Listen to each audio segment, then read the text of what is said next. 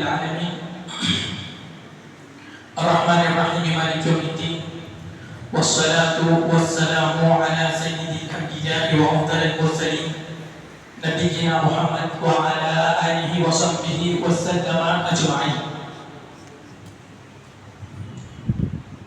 آج بتائیے 11 محرم 1444 30 جولائی 2023 کنکور کی اس سلفیہ مسجد میں ہم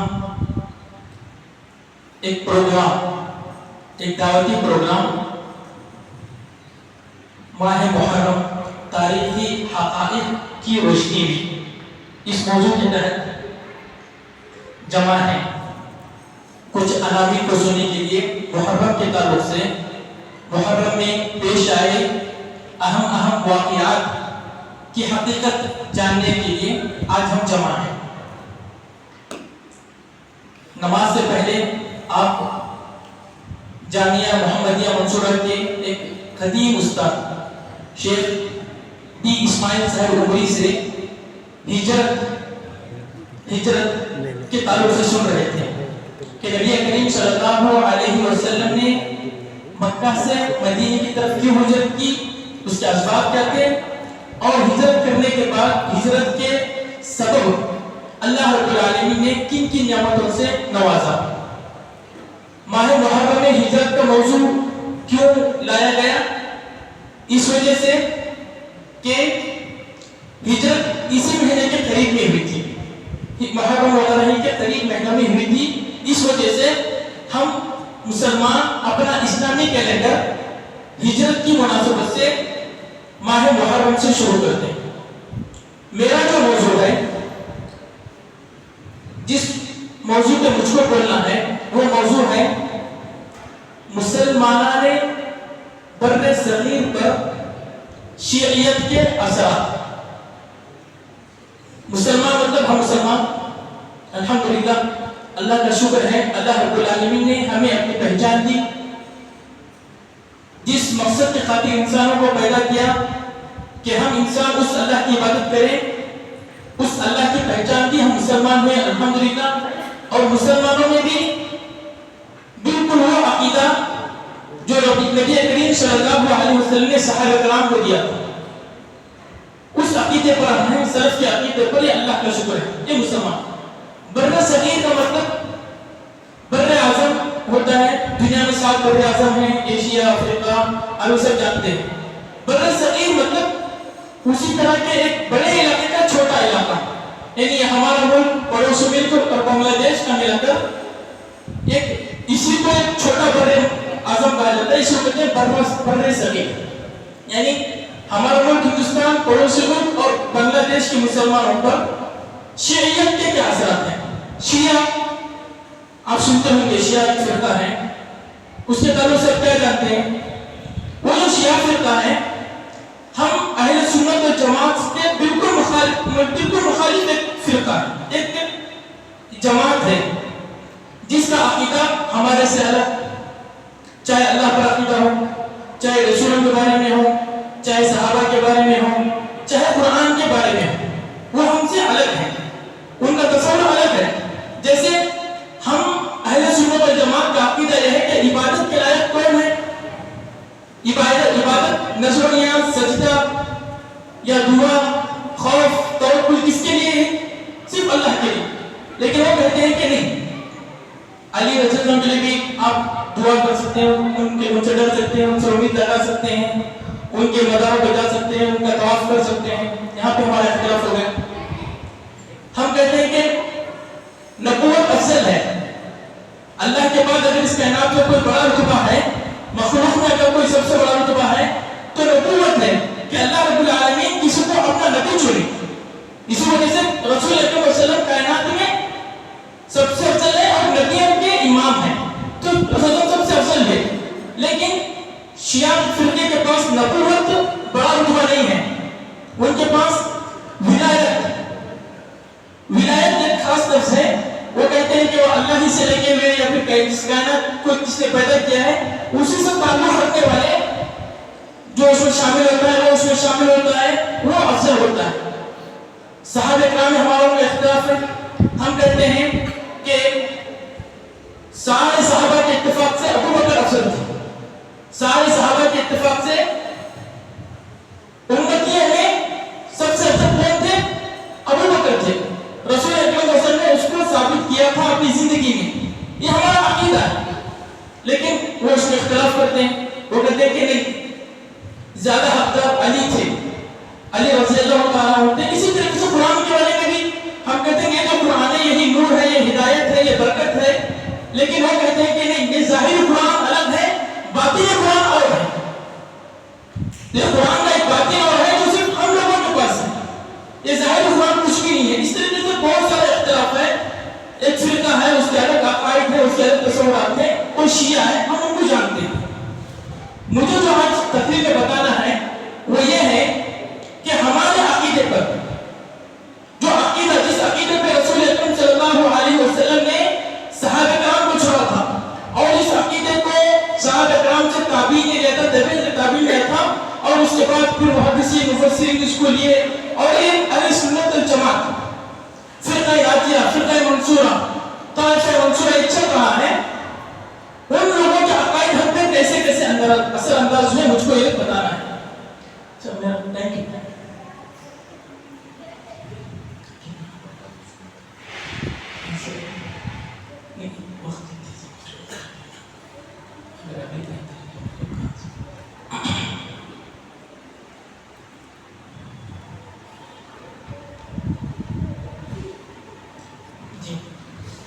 تو مجھے جو بتانا ہے کہ ہمارے عقیدے پر ان لوگوں کے کیسے کیسے اثرات مرتب ہیں. پہلی بات یہ ہے، پہلے ہم کو دیکھنا ہے کہ ان لوگوں کا عقیدہ ہمیں ہے یا نہیں، ان کے عقیدے سے ہم متاثر ہوئے ہیں یا نہیں. پہلے اس کو دیکھیں، پہلے ثابت کریں گے کہ ہم متاثر ہوئے، پھر اس کے بعد بتائیں گے کہ ہم ان لوگوں سے کس کس میدان میں متاثر ہوئے ہیں. ہاں، جب بات آئے گی کہ متاثر ہوئے ہیں یا نہیں، اس کا جواب یہ ہے کہ ہاں، ان لوگوں نے، ان شیعوں نے بڑی چالاکی، بڑی محنت، بڑی منصوبہ بندی سے ہم لوگوں میں اپنے عقیدے داخل کیے ہیں. اس کے تاریخی حقائق ہیں. کیوں کیے ہیں؟ اس کا جواب یہ ہے کہ بذات خود یہ شیعہ فرقہ ایک منصوبے کے تحت لایا گیا، پیدا کیا گیا، مسلمانوں میں اختلاف ڈالنے کے لیے، مسلمانوں کو منتشر کرنے کے لیے، جو صاف، صحیح، واضح، سیدھا سادہ عقیدہ رسول اکرم صلی اللہ علیہ وسلم نے صحابہ کرام کو دیا تھا، جس عقیدے کے بنیاد پر مسلمان دنیا کو فتح کرتے جا رہے تھے. مسلمانوں کی طاقت کوئی روک نہیں پا رہا تھا. اس وقت کی شیطانی طاقتوں یا شیطانی لوگوں کے ذہن میں ایک سوال آیا، اگر مسلمانوں کا یہ کھاتے مارتا سمندر روکنا ہے تو ان میں اختلاف پیدا کرو. ان میں کیا کرو؟ اختلاف پیدا کرو. ان کے عقیدے پر یہ مضبوطی سے قائم ہے، اس عقیدے میں شبہات پیدا کرو. ان کو کوئی دوسرے عقیدے پہ لاؤ، کوئی دوسری جگہ وہاں پہ کوئی چیز بتاؤ کہ ان کی جماعت میں اختلاف ہو جائے، ان کی جماعت میں اختلاف ہو جائے، وہ دو فرقے ہو جائے اور خود آپس میں لڑنے لگے. اس کی وجہ سے یہ چیز ہوا. اور یہ کون ہے کہ لوگوں نے یہ چیزیں لائی ہیں؟ اس کے بارے میں مشہور ہے کہ حضرت ابو بکر سے افضل علی ہیں. علی زیادہ خلافت کے حقدار تھے. علی کا حق مارا گیا ہے. وہ علی جو شروع سے رسول اکرم صلی اللہ علیہ وسلم کے زیر سایہ درے پڑے، اور وہ علی جو رسول کے داماد ہیں، وہ علی جو سب سے پہلے بچوں میں مسلمان تھے، ان سے حق کیوں چھینا گیا؟ وہ سب زیادہ حقدار تھے. اس طرح کے شبہ سب سے پہلے لینے والا عبداللہ بن سبا تھا. عبداللہ بن سبا، اور ایک نام آتا ہے عبداللہ بن سودا.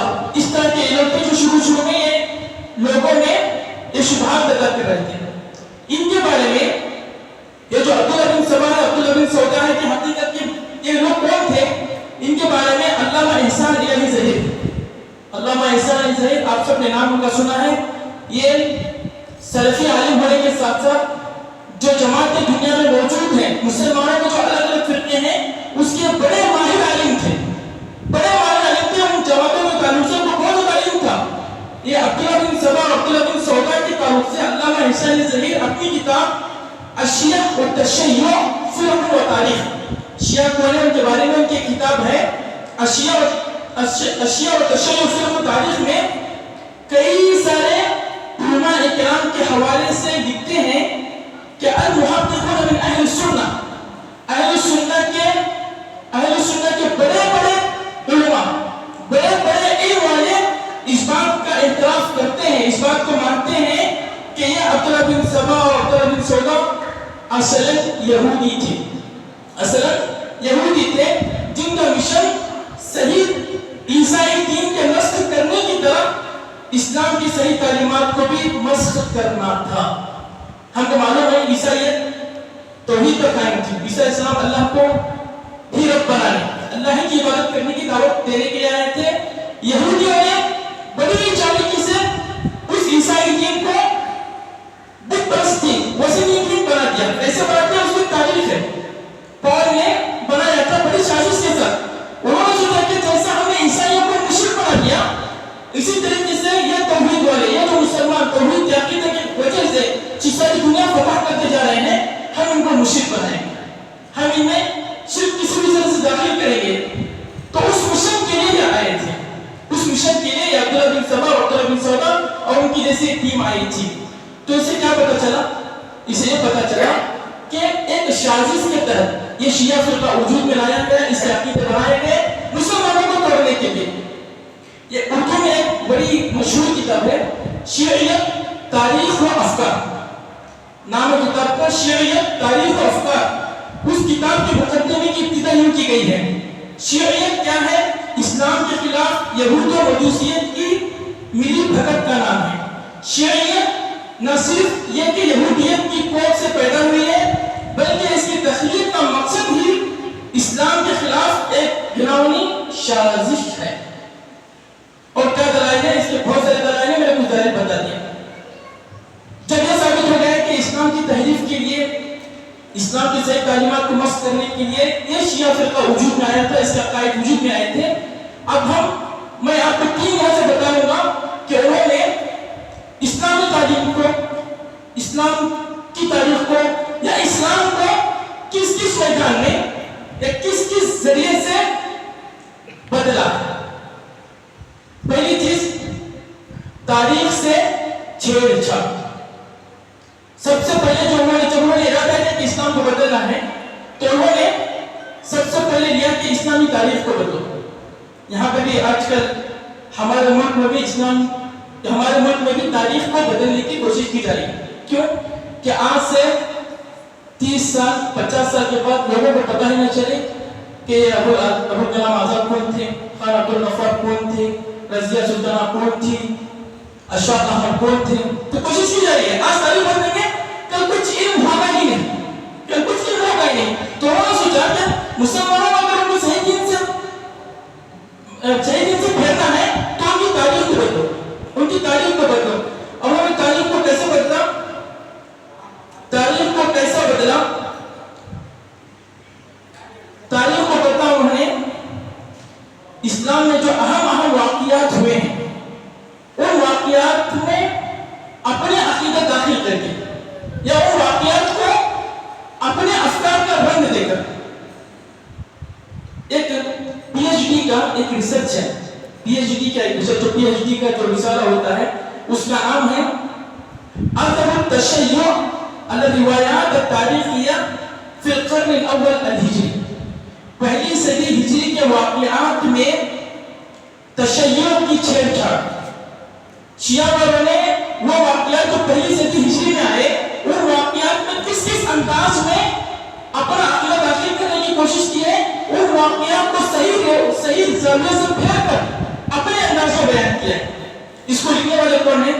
اس کو لکھنے والے جامعہ اسلامیہ مدینہ منورہ کے قسم تاریخ ہسٹری کے ایک سب بہت بڑے پروفیسر استاد شیخ عبدالعزیز محمد نور ولی ہیں. ان کی ایک تحقیق ہے، ان کا ایک پی ایچ ڈی کا ریسرچ ہے، اس میں انہوں نے وہ کہتے ہیں کہ میں نے رسالہ کیوں لکھا ہے، اس کی ابتدا میں وہ یہ کہا ہے کہ اسلامی تاریخ نویسی میں شیعی مورخین نے اتنی تحریف کی ہے کہ کئی سارے سنی محققین نئے سرے سے اسلامی تاریخ کو ترتیب دینے کا مطالبہ کر بیٹھے. یعنی وہ کہہ رہے ہیں کہ جب وہ ریسرچ کرنے لگا کہ یا میرے جیسے بہت سارے ریسرچ کرنے والے کہ شیعوں نے کتنا ہماری تاریخ کو پڑھتا ہے، تو لگا کہ تقریباً تاریخ کو پڑھتا ہے، اور کہنے لگے کہ نہیں بھائی پھر سے ہم سنی لوگ ضرورت ہے کہ نئے سے ہم تاریخ لکھیں. اتنا زیادہ چھڑ چھڑ کیا ہماری تاریخ کے ساتھ. اور جب پھر انہوں نے تقریباً 600 صفحات کی ایک ریسرچ لکھا، آخر میں نتائج البحث لکھا جاتا ہے کہ اس پورے ریسرچ سے ہم کو کیا معلوم پڑا. تو اس میں کہتے ہیں نتائج البحث میں ایک بڑی حقیقت آشکارا کرتے ہوئے کہتے ہیں کہ غیر شعوری طور پر اہل السنہ کے اہم مصادر اور مراجع امہات الکتاب جو ہماری بہت اہم کتابیں ہیں جس سے ہم اپنا عقیدہ لیتے ہیں، ان کتابوں میں شیعی روایات کا ایک بڑا ذخیرہ موجود ہے جس کو ہٹانا ہماری ذمہ داری. یعنی شیعوں نے ایسی چیزیں داخل کی ہیں کسی بھی غیر شعوری طور سے ہم ان روایتوں سے متاثر ہیں، ہم اس کو پڑھتے ہیں اور اندر موجود ہیں. جی ہاں، یہ بات مطلب ہم یہ نہیں کہہ سکتے کہ اس کا انکار نہیں کر سکتے کہ ایسا نہیں ہے، ایسا نہیں کہہ سکتے. ایک فی الوقت سعودی عرب کے شیعہ کے خلاف کام کرنے والے ایک بہت بڑے عالم ہیں، کویت کے عالم ہیں شیخ عثمان الخمیس. ان کے شیعوں سے بہت بڑے مناظرے ہیں اور شیعہ کے خلاف ایک بہت متمکن عالم شمار کیے جاتے ہیں. ان کی ایک کتاب ہے حقبۃ من التاریخ، تاریخ کا ایک حصہ.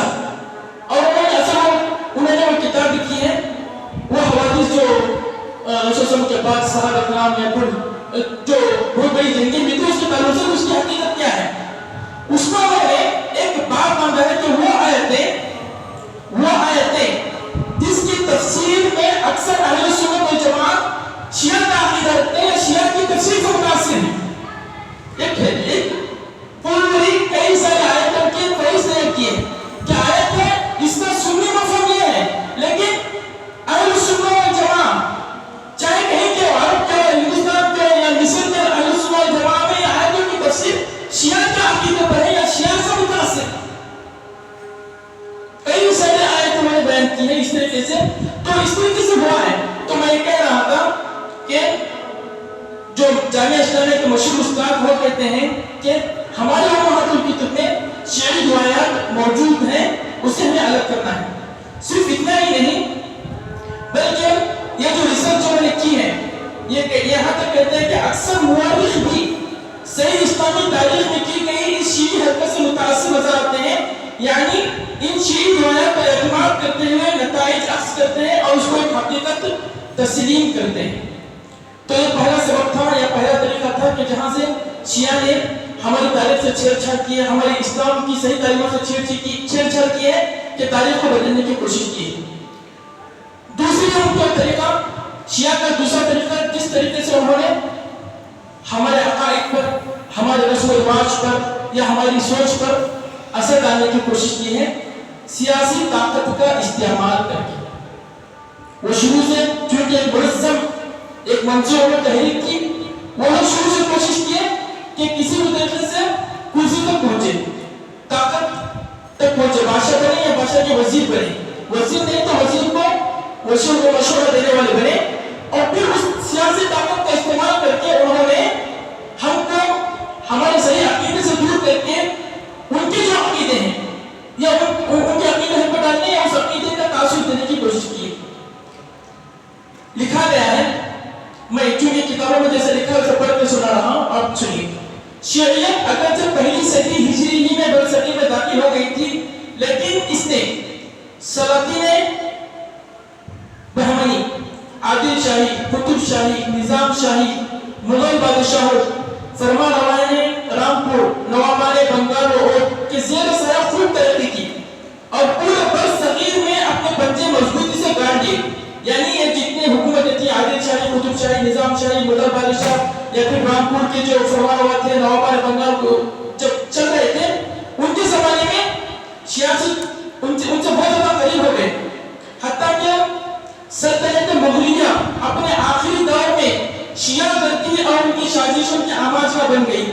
شیعی وزراء اور روافظ کا حکومت کا غلبہ تھا. نجف علی خان کا دہلی پر مکمل تسلط تھا. نجف علی خان بہت غالی قسم کا، بہت سخت قسم کا شیعہ تھا. نجف علی خان کا دہلی پر مکمل تسلط تھا. اس نے شاہ ولی اللہ محدث دہلوی کے پہنچے اٹھوا کر ہاتھ بیکار کر دیے تاکہ وہ کوئی اور مضمون شیعہ کے خلاف نہ لکھ سکے. مرزا مظہر جانے جانا کو شہید کر دیا. شاہ عبدالعزیز دہلوی اور شاہ رفیع الدین دہلوی کو دہلی سے شہر بدر کروا دیا. لکھنؤ کی شیعی حکومت تقریباً 130 سال تک قائم رہی. اس حکومت میں رواداری کا رجحان کم اور جبر و تشدد زیادہ کار فرما رہا. مراسم تعزیہ داری یعنی جو محرم میں تابوت وغیرہ بنایا جاتا ہے اور اس میں پنجے رکھے جاتے ہیں، تعزیہ داری، وہ جو تابوت وغیرہ بناتے ہیں اس کو اردو میں کہتے ہیں تعزیہ داری. مراسم تعزیہ داری کی اشاعت و فروغ میں حکومت کا ہر کارندہ دل و جان سے لگا ہوا تھا. اس کا نتیجہ یہ ہوا کہ دہلی سے لے کر اتر پردیش کے آخری حدود تک ہی نہیں بلکہ بہار اور بنگال تک اس کے اثرات پھیلتے چلے گئے. اس طرح شیعہ عقائد کے اثرات پورے بر صغیر میں ایک سرے سے دوسرے سرے تک پھیل گئے اور خود سنی مسلمان ان مراسم کو دین و مذہب سمجھ کر ادا کرنے لگے. ایک زمانے تک پورے ہندوستان کا یہی حال تھا.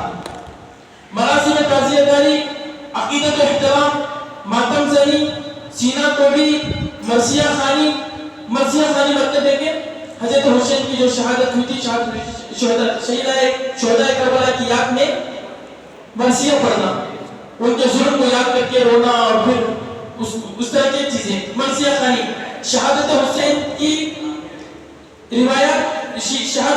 کی شیعی روایات کی روشنی میں گھڑی ہوئی فرضی کہانی سے جذباتی تعلق رکھنے میں سنی مسلمان شیعہ سے ایک قدم بھی پیچھے نہیں تھے. یعنی یہ ساری چیزیں شیعہ کی تھی لیکن سب مسلمان اس سے متاثر ہو گئے تھے. کیوں متاثر ہوئے تھے؟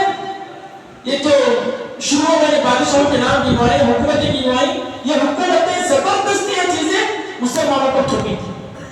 زبردستی مسلمانوں کو تھوپی تھی کہ سب چیزیں کرنا ہے، سب کو تعبد بنانا ہے، سب کو یہ مرثیہ خوانی کرنا ہے، سب کو جب حسین کی یاد میں جو مجلسیں بٹھاتی ہیں اس میں بیٹھنا ہے، سینہ کو بھی کرنا ہے. اس طرح سے کرتے ہوئے خود شروع میں زبردستی ہوئی لیکن بعد میں آنے والے خود سب سے متاثر ہو گئے اور یہ سب چیزیں انجام دینے لگے. ہر شہر میں سنی تعزیہ دار اور شیعہ تعزیہ دار الگ الگ تھے. یعنی سنی الگ سے اپنی محرم کی مجلس سے منعقد کر رہے ہیں اور شیعہ الگ سے اپنی مجلس سے منعقد کر رہے ہیں. حد یہ ہے کہ امام باڑوں اور تعزیہ کے چوک کے بارے میں شیعہ سنی میں کبھی کبھی جھگڑے کی نوبت آ جاتی ہے. امام باڑا جہاں پہ ان کے پنجے رکھے ہوتے ہیں، شیعہ کے جیسے ہماری مسجد کو سنی ہم مسجد کہتے ہیں، وہ جہاں پہ حضرت حسین کی یاد وغیرہ میں جمع کو کیا کہتے ہیں؟ امام باڑے کہتے ہیں. یہاں پہ وہ چیزیں نہیں ہیں، یہاں پہ کہیں کہیں ہوگی لیکن جو بتانا ہے کہ شیعہ کے عقائد کا مسلمانوں کو اتنا زیادہ اثر پڑا کہ جیسے ان کے امام بڑے تھے ہم سنی مسلمان کے امام بڑے. یہاں پہ کہیں مکان ہے کہ تمکور میں میں رانی پور جاؤں تو رانی پور میں جگہ جگہ عاشور خانے اس کو مقام بولتے ہیں یہاں پر کیا نہیں ہے جہاں پہ سال میں پنجے رکھے رہتے ہیں محرم میں اس کو نکالتے ہیں جی. اور یہ پنجے کا مطلب کیا ہے؟ رسول صلی اللہ علیہ وسلم، علی، فاطمہ، حسن، حسین، یہ سب یہ ہمارے عقیدے نہیں ہے، یہ ہمارا عقیدہ نہیں ہے. ہم کو یہ زبردستی شروع میں کروائے گئے، بعد میں مجھے متاثر ہیں. یہ جو اس کے بارے میں مولوی لکھ رہے ہیں، یہ کہیں کہ ایک زمانہ ایسا تھا کہ شیعہ کے امام بڑے الگ اور سنیوں کے امام بڑے الگ، اور امام بڑوں میں جھگڑے، سنی مسلمان کہتے ہیں کہ ہمارے ہیں اور شیعہ کہتے ہیں کہ ہمارے ہیں. حق یہ ہے کہ امام باڑا اور تعظیم کے چوک کے بارے میں شیعہ سنی میں کبھی کبھی جھگڑے کی نوبت آ جاتی، عدالت میں مقدمات چلتے، دونوں طرف سے شہادتیں فراہم کی جاتی کہ یہ سنیوں کا امام باڑا ہے یا شیعہ کا امام باڑا ہے. اس کی ایک مثال بنارس میں محلہ توسیع پوری کا مقدمہ ہے جو پوری ایک صدی تک عدالتوں میں چلتا ہے. شیعہ بھی پیش ہو رہے ہیں، سنی بھی پیش ہو رہے ہیں کہ سنی کہے کہ ہمارا امام بڑا ہے، شیعہ کہے کہ نہیں ہمارا امام باڑا. اور 1984 میں شیعہ کے حق میں اس کا فیصلہ ہوا کہ بھائی شیعہ کا ہے. لیکن سنی مسلمانوں نے امام باڑے کے لیے جان کی بازی لگا دی. اس لیے ڈگری ہونے کے باوجود پولیس امام باڑے پر شیعہ کو قبضہ دلانے میں ناکام ہو گئی. یعنی کہ مسلمان شیعہ سے کتنا زیادہ متاثر ہے. شیعہ یہ امام باڑا تو شیعہ کا, لیکن مسلمان وہ شیعہ بننے کی آواز ہی نہیں. اللہ سے فیصلہ لگا کہ بھائی یہ امام باڑا شیعہ کا, لیکن مسلمان اس امام باڑا کے وہاں پہ جو میں بچوں سے اتنے زیادہ متاثر ہے, اسے لگتا ہے یہ ہوا, اسے لگتا ہے کہ ہوا. تو مجھے کتنا زیادہ ہم مسلمان شیعہ کا متاثر تھے. کہہ رہے ہیں اس سے اندازہ ہوتا ہے کہ سنی مسلمانوں میں بھی شیعی عقائد اتنی گہرائی تک پرست کر دیے گئے کہ محرم کے ایام میں پورے ہندوستان میں اس دھوم دھام سے تازہ کاری ہوتی تھی کہ شاید ایران میں بھی نہ ہوتی ہو. اس معاملے میں شیعہ اور سنی مسلمانوں میں کوئی امتیاز اور فرق نہیں ہے. جی ہاں, مطلب کہ سنی مسلمان کبھی یہ چیزیں اتنی زیادہ کرتے ہیں کہ خود شیعہ بھی نہیں کرتے. اس کا اندازہ ہم کو ہے. میں میرے بچپن میں یعنی تقریباً آپ کی جو میرے بچپن کی بات کر رہا ہوں میں, میری پیدائش 84 کی ہے, تو 86 سے 88 90 کی بات کہ ہمارے یہاں محرم کا جلوس نکلتا تھا. ہم بھی خود لا علمی میں ان مقام میں جاتے, تابوت بنانے میں ان کا ساتھ دیتے. گم لے کے جا رہے ہیں کبھی, اور چکن کی چیزیں لے کے جا رہے ہیں, اپنے پیپر لے کے جا رہے ہیں, شریک ہوتے تھے. آپ بھی کئی سارے لوگ شریک ہوئے ہوں گے, آپ نے بھی کئی سارے لوگ اس میں شریک ہوئے ہوں گے, صحیح عقیدہ رکھتے ہوئے, لیکن معلوم نہیں ہے, معاشرت سے متاثر ہیں. یہاں پہ بولتے تھے 10 محرم کے دن یہاں پہ ہر بار جب تابوت بن جاتا تھا, شہر کی بڑی روڈ میں مسلمان نوجوان شراب پی کر گانے لگا کر ان تابوتوں کا ریس لگا رہے ہیں کہ کس کے لیے تابوت سب سے پہلے آئے گا. ہوتا تھا نہیں ہوتا تھا. الحمدللہ اب یہ چیزیں کم ہوئی ہیں, وہ نہیں کہ ہمارے بچوں نے دیکھا ہے, ہم یہ چیزیں دیکھتے تھے. لیکن میں مدینے میں میرا گھر تھا, اوالی, مدینے کا علاقہ ہے الاوالی, اونچا, مدینے کا اونچا ایریا. وہاں پہ تقریباً 70 سے 80% آبادی شیعہ کی ہے. ابھی بھی وہ خالی سعودی شیعہ ہے, وہ اس سے پہلے سے چلے آ رہے ہیں, شیعہ کی آبادی ہے. میں وہاں پہ تقریباً 3 سے 4 سال رہا. 10 محرم میں جو چیز زیادہ سے زیادہ نظر آتی تھی کہ وہاں کے لوگ کالے کپڑے پہنتے تھے, بس صرف اتنی چیز. اس سے ہمارے ایک چیز ہے میں کبھی نہیں پائی. اس میں بھی پولیس ہمیشہ وہاں پہ پولیس کے جوڑے ہوتے رہتے تھے کہ کچھ لوگ جمع نہ ہو, 5 سے 10 لوگوں کو جمع ہونے نہیں دیتے. اس سے وہ کوئی چیز ہمیں کبھی وہاں پہ نہیں دیکھی. لیکن یہاں پہ ہم نے جو چیز دیکھی تھی انڈیا میں جو چیز دیکھی کہ وہ جو کہہ رہے ہیں کہ 10 محرم کے وہ اعمال ہم سنی کرتے ہیں جس کو خود شیعہ بھی نہیں کرتے, اتنے زیادہ ہم متاثر تھے. اسی طرح رسم تازہ کاری شیعہ جو گزر کر عام سنی مسلمانوں کی دلوں میں رچ بس گئی تھی. یہاں تک کہ تمام مسجدوں میں تعزیے رکھ دیے جاتے تھے, اور تمام سنی مسلمان خوشی مسجد کے ایک گوشے میں ان تعزیوں پہ رکھنے کی جگہ بنا دیتے تھے. پھر محرم کی دنوں میں ان تعزیوں کی موسیقی کاری کر کے, موسیقی کاری یعنی تابوت وغیرہ بنا کر اس کو ڈیزائن وغیرہ کر گشت کرائے جاتے اور پھر اسی مسجد میں لا کر رکھ دیے جاتے تھے. گویا ہر مسلمان یہ سمجھتا تھا کہ تعزیہ مسلمانوں کی مذہبی زندگی کا ایک لازمی عنصر. تو مجھے ایسا بتانا تھا کہ سیاسی طاقت کی وجہ سے ان لوگوں نے ہم پر کتنا اثر چھوڑا اپنے عقیدوں کا. اچھا, آپ لوگ سوال کر سکتے ہیں کہ ہمارے محرم وغیرہ میں, ہمارے بچپن میں محرم میں چیزیں ہوتی تھیں, اب کم ہو گئی. الحمدللہ, اللہ کا شکر ہے, اب کم ہو گئی ہے. آپ یہ سوال کر سکتے ہیں کیوں کم ہوئی ہے. تو اللہ کا شکر ہے کہ انہی لوگوں کے ذہن میں بات آئی, کہ سب چیزیں غلط ہے, اور حقیقت میں ان کے علماء کرام نے اس کے خلاف فتوی نہیں کرتے ہیں کہ اس طرح کی